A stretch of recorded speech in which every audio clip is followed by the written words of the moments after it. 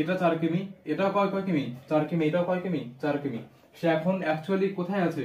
এই পজিশনে আছে। কোন দিকে মুখ করে আছে? নর্থের দিকে মুখ করে আছে।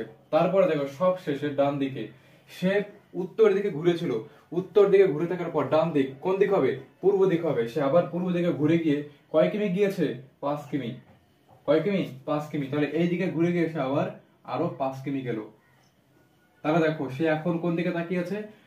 তোমার পূর্ব দিকে তাকিয়ে আছে।